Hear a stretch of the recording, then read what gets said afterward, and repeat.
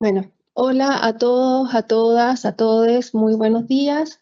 Mi nombre es Catherine Alvear, soy la encargada institucional de género y el día de hoy les vengo a hacer una presentación que se compone en dos grandes apartados. Uno de ellos refiere a antecedentes teóricos en torno al concepto de género y el segundo tiene que ver con cómo se aplica este concepto en Gendarmería de Chile. Eh, Bueno, los antecedentes teóricos tienen que ver con cómo surge el concepto de género y esto, primero que nada, aparece en el ámbito de la psicología, en las investigaciones que hacen de manera paralela Robert Stoller y John Money, junto a John y Joan Hampson, sobre mujeres y hombres que nacían con algún tipo de hermafroditismo. Estas personas además empezaron a observar durante la infancia o sea, estos médicos empezaron a observar que durante la infancia de las personas que nacían o con algún tipo de hermafroditismo o que tenían alguna dificultad en términos que habían operaciones, por ejemplo, de circuncisión, fallidas en las que se hacía una asignación arbitraria del género, del sexo en función de una corrección. Lo que ocurre entonces es que empiezan a observar que la sensación del ser hombre o mujer tenía que ver más bien con la crianza y con qué era lo que se disponía o se le establecía o se le indicaba a la persona, al niño desde pequeño, que era su referente de femenino o masculino, y de acuerdo a eso entonces se creaba esta sensación íntima de feminidad o masculinidad independiente de la diferencia anatómica. Como me salió un poco enredada esta parte, me voy a repetir. Y en el fondo lo que observan estos médicos o estas personas tratantes es que haciendo modificaciones a la anatomía, pero asignando de manera que no era concordante el femenino o el masculino a esa anatomía, se dan cuenta entonces que el niño o niña funcionaba de acuerdo a cómo lo trataban, ¿ya? Y entonces ahí se desprende el sexo biológico propiamente tal del género, puesto que el género empieza a ser cómo esa persona reacciona frente al trato del entorno más allá de su particularidad anatómica. Entonces, en el ámbito académico hay otro origen del concepto de género y que tiene su antecedente en los estudios de la mujer o Women's Studies, ¿no? Que es una corriente inter y multidisciplinaria que es heterogénea en marcos teóricos, metodológicos e instrumentales con un alto impacto en las ciencias sociales, ¿no? y humanas, y que lo que se propone en estos estudios es recuperar y visibilizar los aportes femeninos y de las minorías, así como resignificar que ha sido el hombre, cuando se habla del hombre, se piensa en el hombre blanco occidental, el que ha construido el conocimiento por y para el hombre y que ha dejado en un lugar de subordinación invisible y subalterno a las mujeres y a otras minorías.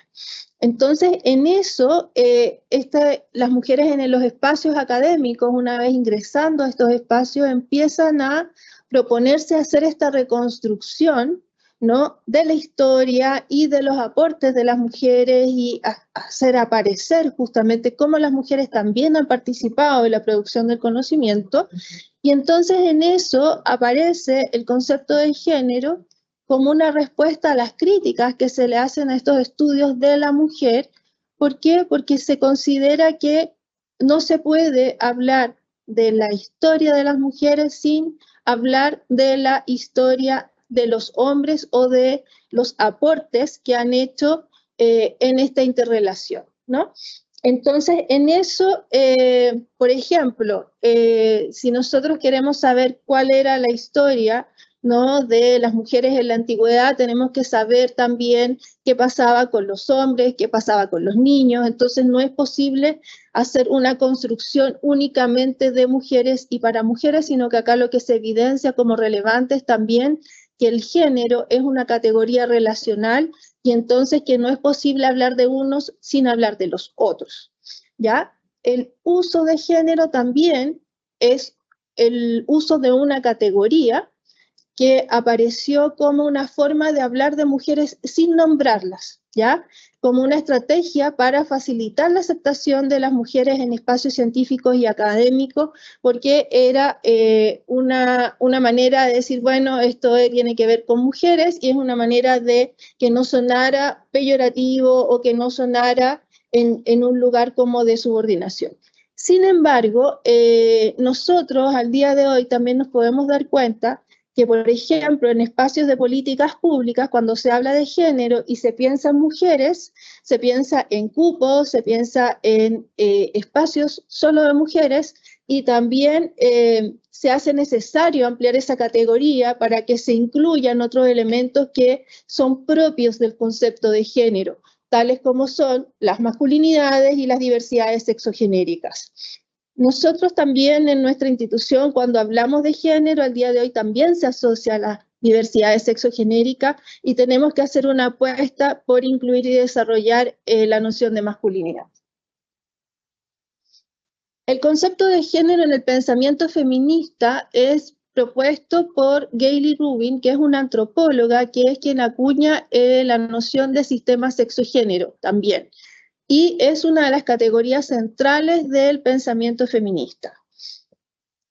Este concepto tiene los siguientes aportes, ¿no? Que se trata de que no es un hecho natural, sino que es un producto social complejo, histórico, cultural, que está relacionado, ¿cierto?, con la diferencia sexual biológica, pero no simplemente derivado, es decir, no tiene que ver con haber sido hombre o haber sido mujer, sino que es con todas las atribuciones que están en torno a la diferencia sexual biológica y las capacidades reproductivas. Es así como las mujeres se han asociado a los espacios domésticos, de cuidado, de crianza, reproductivos, y los hombres a los espacios públicos de poder y espacios productivos, ¿ya? Entonces, el género y estas relaciones genéricas ordenan la vida social y las instituciones de manera fundamental, ¿sí? Y estas relaciones también no son simétricas porque se basan en un principio organizador donde los hombres han estado en un lugar de superioridad y de dominio social y de poder político y económico sobre las mujeres. En general, nosotros vimos en un seminario a conmemoración del Día Internacional de la Mujer, donde tuvimos una invitada que nos presentaba que está la atribución o la idea de que las mujeres pueden ser menos que los hombres, y en realidad las estadísticas nos muestran que existe igual proporción de hombres y mujeres en el mundo, o que hay un aumento creciente de participación política de las mujeres o de mujeres en ámbitos académicos y de producción científica. Sin embargo, por ejemplo, cuando uno ve las citaciones aparecen los apellidos y tiende a atribuirse el conocimiento o la producción de esas obras a hombres, ¿ya? Entonces, en eso nos damos cuenta de que este principio organizador gira en torno a los hombres, a pesar de todos los cambios que han habido. Los sistemas de conocimiento, entonces, reflejan los puntos de vista de los hombres sobre el mundo natural y social, y así observamos que la producción de conocimiento tiene género. En el ámbito criminológico, esto ha ocurrido de manera que, por ejemplo, si bien es cierto que la mayor cantidad de población penal es masculina, se ha tendido a focalizar los esfuerzos y la producción de oferta programática hacia hombres, pensando en que eso es una manera de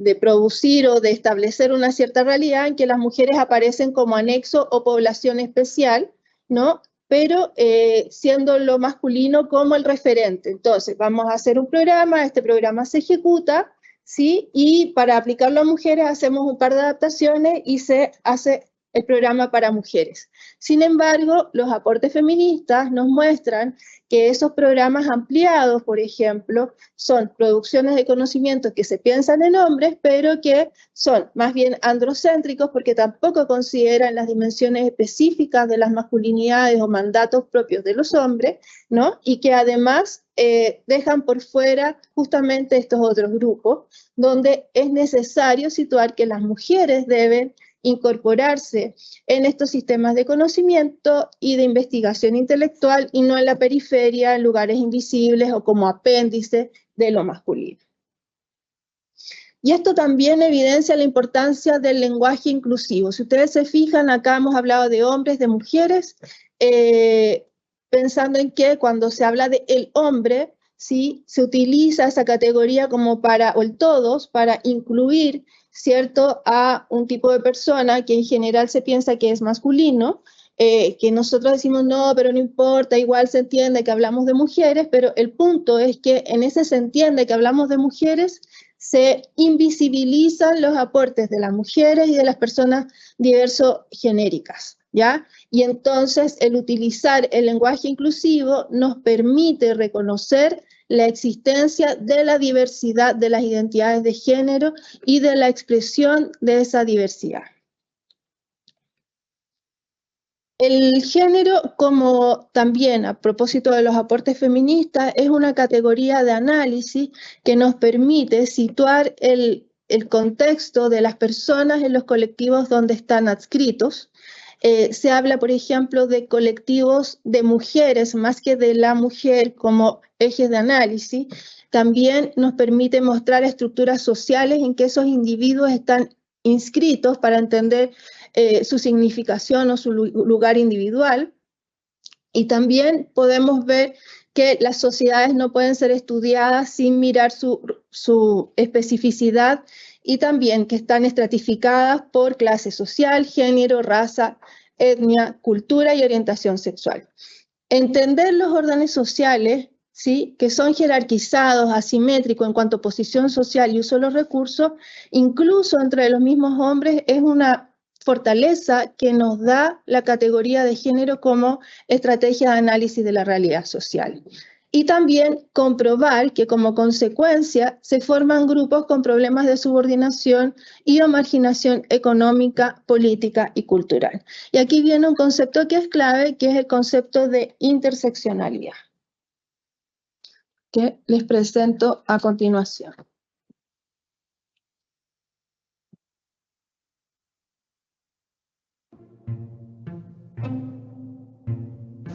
¿Qué es la interseccionalidad? La interseccionalidad es una manera de comprender las relaciones sociales examinando la intersección de formas de discriminación. Esto significa reconocer que los sistemas sociales son complejos y que muchas formas de opresión, como el racismo, el sexismo y la discriminación por edad, pueden estar presentes y activas al mismo tiempo en la vida de una persona. Los abordajes cotidianos para construir equidad tienden a focalizar en una sola forma de discriminación, por ejemplo el sexismo, y desde ahí trabajan para tratar solo ese problema específico. Pero mientras la carrera de una mujer joven, blanca y sin discapacidad puede mejorar con protecciones de equidad de género, una lesbiana mayor, negra y discapacitada podría continuar siendo obstaculizada por el racismo, la discriminación por edad, el capacitismo y la homofobia en su trabajo. La interseccionalidad se trata de entender y tratar todas las posibles obstrucciones al bienestar de un individuo o grupo. Pero no es tan simple como solamente sumar las opresiones y tratar cada una individualmente. El racismo, el sexismo y el capacitismo existen por su cuenta, pero cuando se combinan, componen y transforman la experiencia de opresión. La interseccionalidad reconoce que las opresiones únicas existen, pero también se dedica a comprender cómo cambian al combinarse. Las raíces de la interseccionalidad provienen del movimiento feminista negro. Fue la académica Kimberly Crenshaw quien acuñó el término. Crenshaw sentía que los movimientos antirracistas y los movimientos feministas estaban pasando por alto los desafíos únicos enfrentados por las mujeres negras. Ella planteaba que la legislación en relación a la raza estaba enfocada en proteger a los hombres negros y la legislación sobre sexismo entendida para proteger a las mujeres blancas. Así que combinar simplemente racismo y sexismo no protegía a las mujeres negras. La teoría interseccional actualmente es aplicada atravesando un rango de divisiones sociales y también para la comprensión de las dominaciones, tales como las asociadas a las personas blancas, la masculinidad y la heterosexualidad. La interseccionalidad no trata solamente sobre la multiplicidad de identidades y no es una respuesta simple para resolver los problemas respecto a la equidad y a la diversidad. Es, sin embargo, un marco de referencia esencial cuando nos comprometemos realmente con las problemáticas relacionadas a los privilegios y al poder y trabajamos para sacarlas a la luz. La interseccionalidad significa escuchar a los otros. examinar nuestros propios privilegios y hacer preguntas sobre quién podría ser excluido o afectado de forma adversa en nuestro trabajo.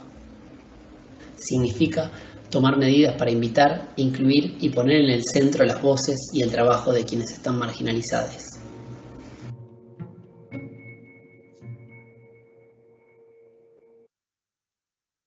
Bien.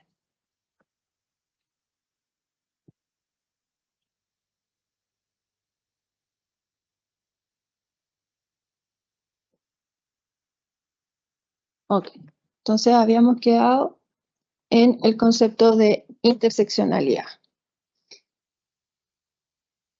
¿Qué es el género? Aquí finalmente llego a la definición. Lo vamos a entender como la construcción social, cultural y simbólica que hace la sociedad sobre las personas según el sexo asignado al nacer, estableciendo determinados papeles, ocupaciones, expectativas, ¿cierto? Comportamientos y valores definidos como masculino o femenino tras haber nacido como hombres o mujeres. ¿Qué quiere decir esto? Que el género es el conjunto de mandatos, significados, atribuciones, expectativas,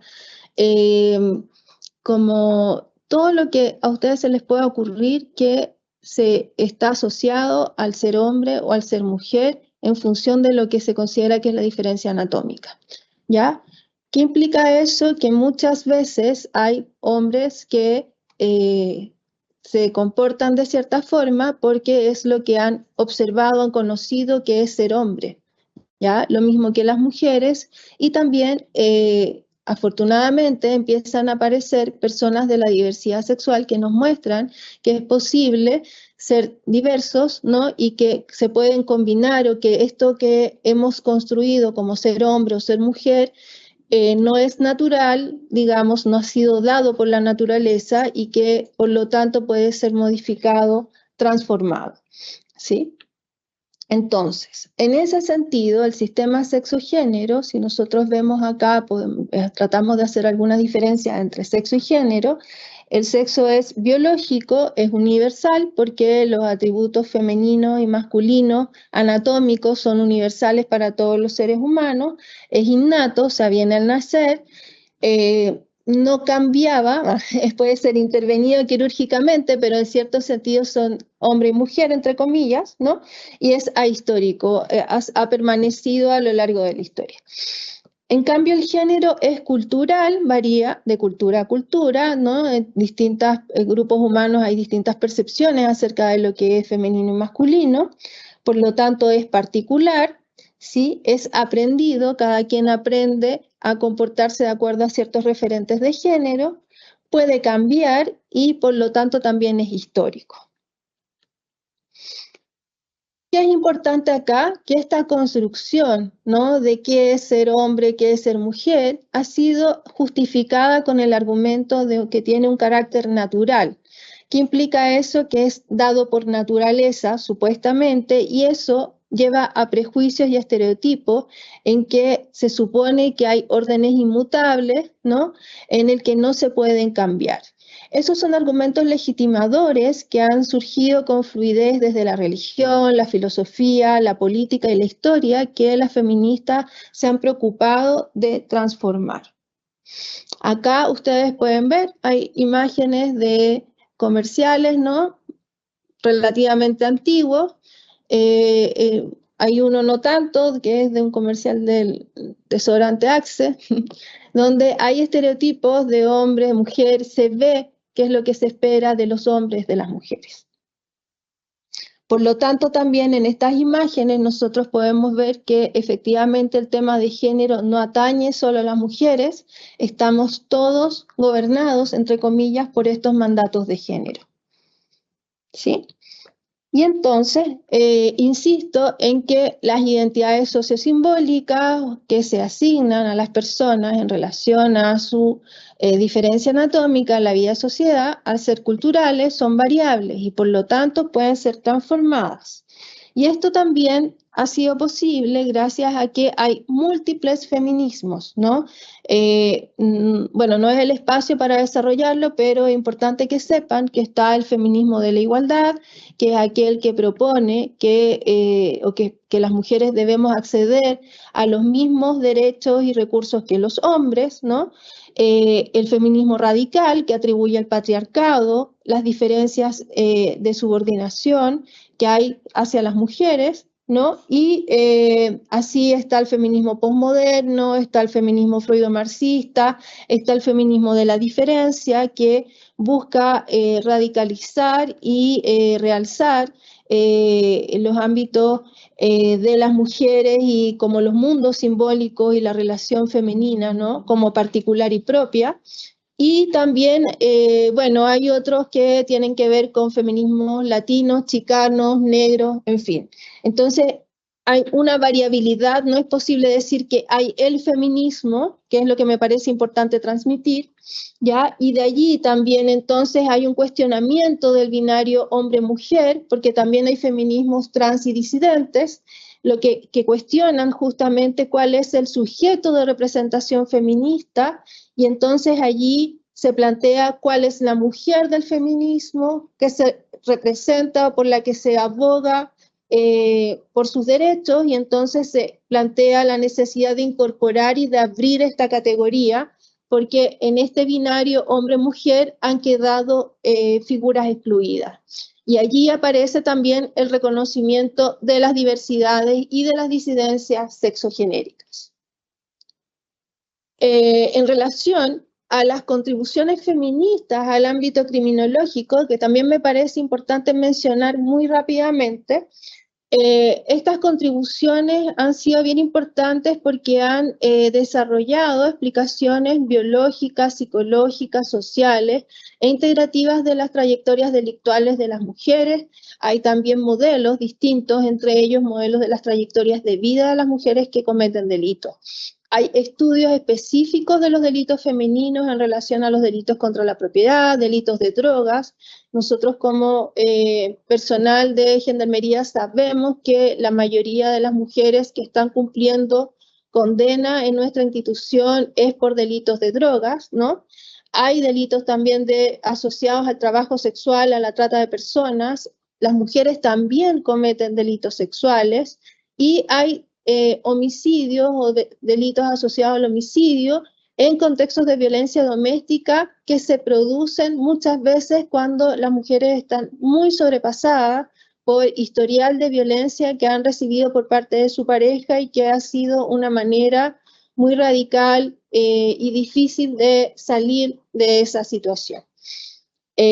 Muy desesperada también. Entonces, también hay programas y desarrollo justamente de intervenciones y de evaluaciones de riesgos sensibles al género que se enfocan en los recursos y abordan el trauma. Las mujeres que cometen delitos tienen una trayectoria de victimización bien significativa y en esa trayectoria de victimización las personas que las han entrevistado, que han trabajado con ellas, quedan muy impresionadas por la capacidad que tienen de salir adelante a pesar de que no utilicen estrategias necesariamente prosociales. Y en eso entonces hay recursos que se pueden redirigir y que se pueden vincular hacia lo prosocial. Lo que también aparece justamente durante los procesos de intervención es que aparece esa trayectoria de victimización, aparecen eventos traumáticos que requieren ser abordados para efectuar una intervención criminológica y por lo tanto requieren intervención en salud mental. Evidentemente hay temas de violencia de pareja, ¿no? Y también otra importante contribución feminista al ámbito criminológico es visibilizar a las mujeres que ejercen o que desempeñan funciones en el ámbito penitenciario. Acá también lo clave es mostrar que las mujeres pueden estar tanto en el rol de víctimas como de victimarias, que en algunos casos el delito, en el caso de las mujeres, puede ser una manera de resistencia o de ejercer también poder, ¿no?, en su entorno, o de controlar en ese espacio de subordinación, de violencia estructural que han vivido, ¿no? Y también que los delitos son o pueden ser expresión de mandatos de género. Y eso también no solo en relación a las mujeres, sino también a los hombres y a las diversidades. ¿Ya? ¿Por qué? Porque, por ejemplo, en el caso de hombres es bueno que tiene que ver al momento en que hay jerarquías entre los hombres y hay jerarquías también en la población, en las subculturas delictuales, esas jerarquías también tienen que ver con mandatos de masculinidad, ¿no? ¿Quién es el más vivo? ¿Quién es el más bacán? ¿Quién ocupa otro lugar de subordinación? Entonces, en eso también hay justamente estos mandatos de género. ¿Qué pasa con el género en nuestra institución? Y aquí partimos ya con la segunda parte de este material. Nosotros como institución contamos con herramientas de política pública para la transversalización del enfoque de género, ¿ya? Estas políticas, más bien estas herramientas, son primero que nada los compromisos o lineamientos ministeriales de género. El Ministerio de la Mujer entrega o establece con cada otro ministerio, ¿cierto?, una serie de compromisos que se deben cumplir a nivel de todos los servicios de la cartera del respectivo ministerio para que se cumpla con la transversalización del enfoque. Y eso tiene que ver, por ejemplo, con cantidad de capacitaciones vinculadas, con el abordaje de ciertas temáticas específicas, como por ejemplo prevención de la violencia, acogida a víctimas en primera instancia, en fin, ¿no? Entre otras cosas. En nuestro caso también se incluyen aspectos vinculados, por ejemplo, al estudio de las masculinidades y violencia, y también empiezan a aparecer, más bien apareció el lanzamiento hace un tiempo atrás, del Plan de Trabajo de Condiciones Carcelarias para las Mujeres, que es un compromiso ministerial de justicia en esta materia, donde nosotros somos parte directa, ¿no? También está el programa de trabajo que realiza nuestro servicio en compromiso con el Ministerio de la Mujer y Equidad de Género. Es un programa de trabajo anual que considera ciertas acciones que están vinculadas justamente a promover la equidad de género, el acceso y como a transversalizar justamente el enfoque. De ese programa existen algunas acciones que están contempladas como parte del indicador de género en el programa de mejoramiento de la gestión o en el PMG, ¿ya? Y entonces es una estrategia en la medida que nos permite a nosotros ir subiendo temas para relevar su importancia y mostrar que es algo que tenemos que abordar como servicio. Al día de hoy quiero contarles que el PMG de género equivale al 25% del incentivo colectivo aproximadamente. Así que es bien importante y es una manera también de darle un peso a lo que significa esta transversalización del enfoque. Existen también cambios legales y normativos. Está, por ejemplo, la Ley 21.120, que es la Ley de Identidad de Género. Está la Ley 21.378, que es la que establece el control telemático a personas que están como medidas cautelares, ¿no? Tanto para posibles victimarios como posibles víctimas. Y también, evidentemente, una que es muy potente son las alianzas de trabajo intersectorial con otros servicios también ministeriales o de otros ámbitos, ¿no? Como la Defensoría Penal Pública, el Registro Civil, el CENS, el CERNAMEC, entre otros. En ámbitos de acción asociados a nuestro personal, tenemos como dos grandes ámbitos. Esto es una ordenación, digamos, para efectos más bien didácticos. En realidad puede ser mucho más que esto, pero como les digo, es para efectos didácticos. Un ámbito que tiene que ver con capacitaciones asociado al desarrollo de competencias técnicas para la evaluación, para la intervención, ¿no? Y también hay instancias de reflexión en torno a masculinidades, identidad de género, violencia, salud sexual y reproductiva. El año pasado se capacitaron más de 2.000 personas en temáticas de género. En términos de protocolos, me parece importante mencionar que nosotros tenemos una resolución que aprueba el procedimiento de denuncia y sanción del maltrato, acoso laboral y sexual, que es la resolución 11 del año 2019, Y también tenemos 2 resoluciones que tienen que ver con protocolos de convivencia y políticas también para la investigación, sanción y erradicación del acoso sexual, la violencia y discriminación de género en la escuela.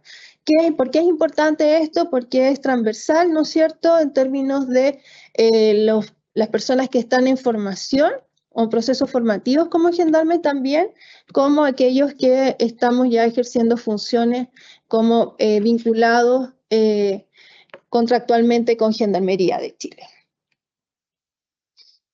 Los ámbitos ¿no? Tienen que ver con prevención de la violencia, desnaturalización de estereotipos de género, eliminación de sesgos en torno a las mujeres y a los hombres, también debo decirlo, consideración de las diversidades sexuales, de las masculinidades y también desarrollo de buenas prácticas laborales. En relación a las áreas de trabajo en género referidas a la población penal, también esta es una organización temática que está asociada, ¿no? Tiene que ver más bien con fines didácticos, más que otra cosa, ¿no? Y que los temas son, por un lado, están los derechos humanos de las mujeres privadas de libertad, ¿no? Es un ámbito bien significativo de procurar que tengan condiciones mínimas en su contexto de reclusión y prevención de la violencia, ¿no? En este sentido, han entregado insumos sanitarios, como por ejemplo copitas menstruales, y desde fines del año pasado se están entregando toallas higiénicas a todas las mujeres que están privadas de libertad, sean mujeres condenadas, imputadas o que estén en centros semiabiertos, ¿ya? Esto es bien importante porque es un avance sustantivo en relación a las mejoras de las condiciones de las mujeres privadas de libertad. También hay normativa respecto a la regulación de visitas virtuales, que es un tema que, junto con el anterior, que fue muy evidenciado durante la pandemia, las mujeres extranjeras, dependiendo de ciertos convenios, ¿cierto?, tienen esta opción, y también cuando están en regiones distintas de su familia. Y también hay protocolo de trato para mujeres embarazadas que se actualizó ya hace un par de años y que aún tenemos que volver a actualizar, porque en realidad tendríamos que decir protocolo de trato a personas gestantes. Tenemos también fortalecimiento de la autonomía económica de las mujeres como vía de la reinserción social, que tiene que ver con los programas que existen en nuestro servicio en torno a la capacitación y colocación laboral de las mujeres, donde en realidad entra toda la población, pero que nosotros tenemos que instar a que las mujeres también puedan tener cupos específicos, porque la idea es que tengan mayor acceso en la línea de la equidad.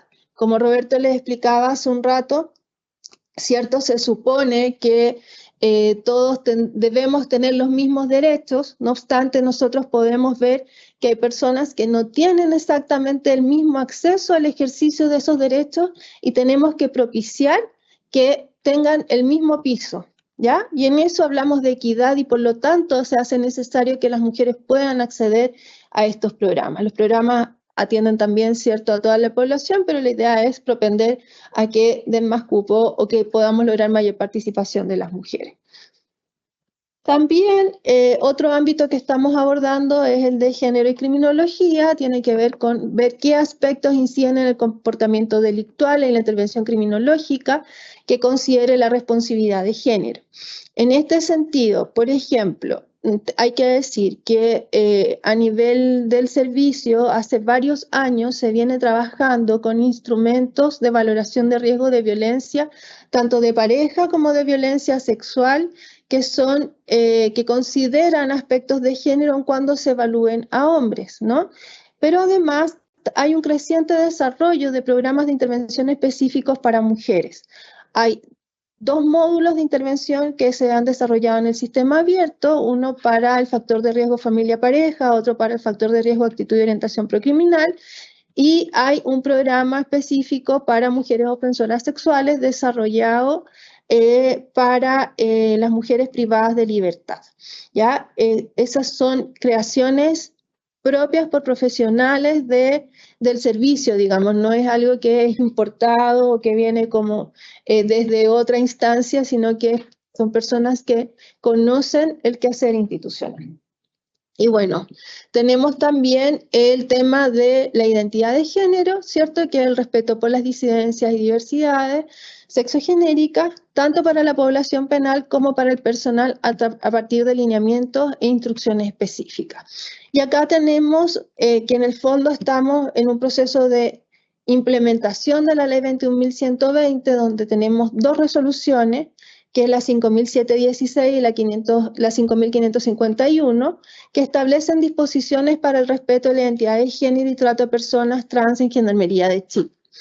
¿Qué es importante acá decir? Que se me fue cuando estaba hablando de los funcionarios o de las funcionarias, es que estamos desarrollando también un protocolo para la incorporación de esto en los sistemas de personal, es decir, para nuestro funcionariado.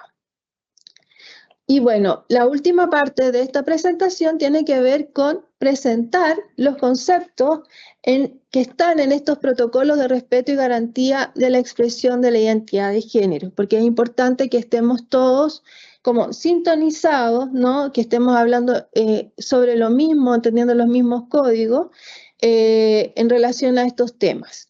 Y lo primero que les quiero decir es que esto está muy aunado, muy amarrado a la ley 21.120, ¿ya? ¿Qué implica esto? Que esta ley establece ciertas categorizaciones que en la realidad pueden ser aún más amplias, ¿no? Por ejemplo, de acuerdo a esta ley se habla de hombre trans, mujer trans, hombre y mujer, y nosotros hemos escuchado también que está el no binario, que está el intersex, que hay muchos más. Sin embargo, nosotros como somos una institución formalizada, ¿no? Que nos tenemos que basar en documentación, en normativa, no podemos ampliarlo todavía tanto, pero claramente el género siempre está en transformación y eso poco a poco tiene que ir permeando nuestras prácticas institucionales. Dicho esto, entonces, vamos a entender esta sigla LGTBI como un acrónimo que nos presenta o que introduce acá la palabra lesbiana, que refiere a las mujeres que sienten atracción sexual por otras mujeres, los gays, que son hombres que sienten atracción sexual por otros hombres, bisexuales, que son personas que sienten atracción sexual tanto por hombres como por mujeres, y las personas transgénero que teniendo una anatomía se sienten o su identidad de género la perciben de la anatomía o correspondiente, entre comillas, al otro sexo. ¿Qué quiere decir esto? Que, por ejemplo, yo sería transgénero si mi anatomía fuese masculina, pero mi apariencia y mi manera de sentir y de vivir es de mujer, ¿ya? No lo soy, pero... entonces, LGB refiere a la orientación sexual y T o trans refiere a la identidad de género, indicando acá que efectivamente hay múltiples identidades de género que están cambiando. Por ejemplo, está el no binario, que no quiere reconocerse ni como femenino ni como masculino, esto dicho en términos bien simples, porque en realidad para los colectivos de las disidencias estos temas son bien importantes y mucho más complejos de lo que estamos presentando acá.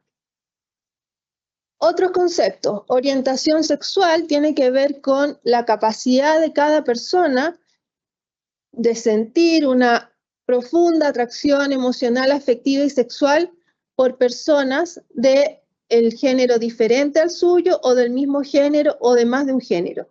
Pero tiene que ver con el interés sexual, hacia dónde está dirigido o cuál es el objeto de deseo sexual. La identidad de género tiene más bien que ver con esta sensación interna muy personal, muy íntima de ser hombre o ser mujer.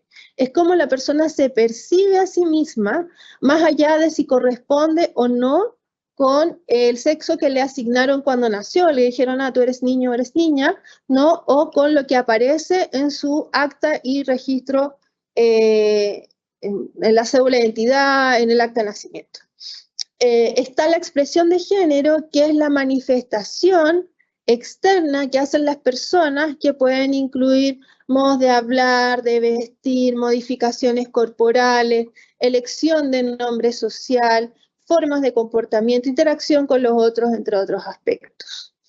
Tenemos también la palabra trans, que designa a las personas cuya identidad de género difiere del sexo biológico, es decir, entonces que refiere a la identidad de género y no a la orientación sexual, ¿ya? Entonces, puede ser que una persona homosexual no es trans si mantiene la conformidad con su sexo biológico, ¿ya? Y la identidad de género. La mujer trans va a ser una persona cuyo sexo biológico o asignado al nacer es masculino, mientras que su identidad de género es femenina, es decir, alguien que tiene una anatomía masculina pero que se siente mujer, por eso es mujer trans, ha transitado hacia ser mujer. El hombre trans es una persona cuyo sexo biológico es femenino, mientras que su identidad de género, su sensación íntima es de ser hombre o es masculino. ¿Ya? La rectificación de sexo y nombre es la corrección de la partida de nacimiento de una persona en lo que tiene que ver justamente con su sexo y su nombre, porque dicha partida no se correspondía o no era congruente con su identidad de género. ¿Por qué es importante esta definición? Porque es a lo que se puede acceder con la ley 21.120 en el registro civil. ¿Qué quiere decir eso? Que las personas pueden optar a un procedimiento para modificar o rectificar su sexo y su nombre de acuerdo a su identidad de género, de acuerdo a cómo se sienten íntimamente, aun cuando no hayan hecho alguna intervención quirúrgica, aun cuando mantengan su misma expresión de género, pero si alguien quiere y decide, puede hacerlo libremente hasta 2 veces, de acuerdo a lo estipulado por la ley 21.120. El nombre legal son el o los nombres de pila de una persona que figuran en su partida de nacimiento y cédula de identidad, y el nombre social son el o los nombres de pila con que se identifica una persona trans de acuerdo con su identificación de género. ¿Qué quiere decir esto? Que hay personas que pueden ser mujeres trans u hombres trans que se plantean con un nombre y que tenemos que tratarlos con ese nombre, con el cual que nos dicen que debemos tratarles, ¿ya? Y también debemos tratarles por la identidad de género que nos están indicando que tienen. Entonces, si llega una persona que aparentemente pudiera uno pensar que es de sexo biológico masculino y dice y reconoce que es una mujer trans y da su nombre, nosotros tenemos que tratarla por el pronombre ella, ¿sí? Tratarla siempre en femenino y tratarla por el nombre de pila, que va a ser el nombre social que nos indique. Esto lo hacen voluntariamente. Si no lo hacen voluntariamente, nosotros no tenemos por qué imponerles o preguntarle el nombre social, ¿ya? Porque ya ahí es una atribución que estamos haciendo nosotros y que en realidad más bien depende de qué es lo que nos van indicando. Porque es algo voluntario y que tiene que ver con justamente el respetar la expresión de la identidad de género.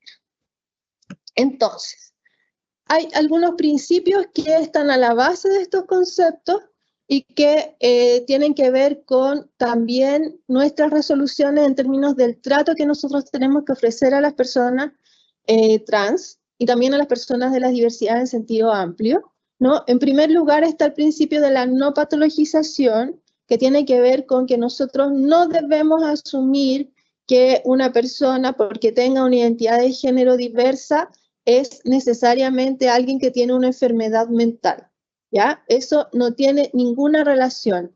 Muchas veces sí tienen dificultades o hay malestar emocional y psíquico producto de la no aceptación, pero no por su sensación interna de ser hombre o de ser mujer o de su identidad de género.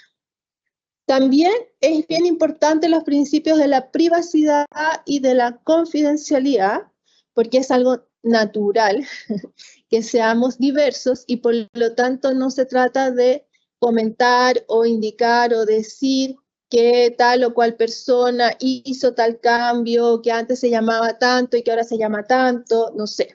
¿No? En eso es necesario que, como se refiere a la intimidad de la persona, tener un trato muy cuidadoso. Y por lo tanto está el principio de la dignidad en el trato, que ya ampliamente nos comentó Roberto. Está también el principio de la libertad de expresión, que cada quien puede, ¿cierto?, mostrarse, expresar su voluntad, sus deseos, sus opiniones de la manera que estime pertinente, evidentemente sin vulnerar o lastimar a otras personas. También está el principio de prohibición de toda discriminación basada en la identidad y expresión de género.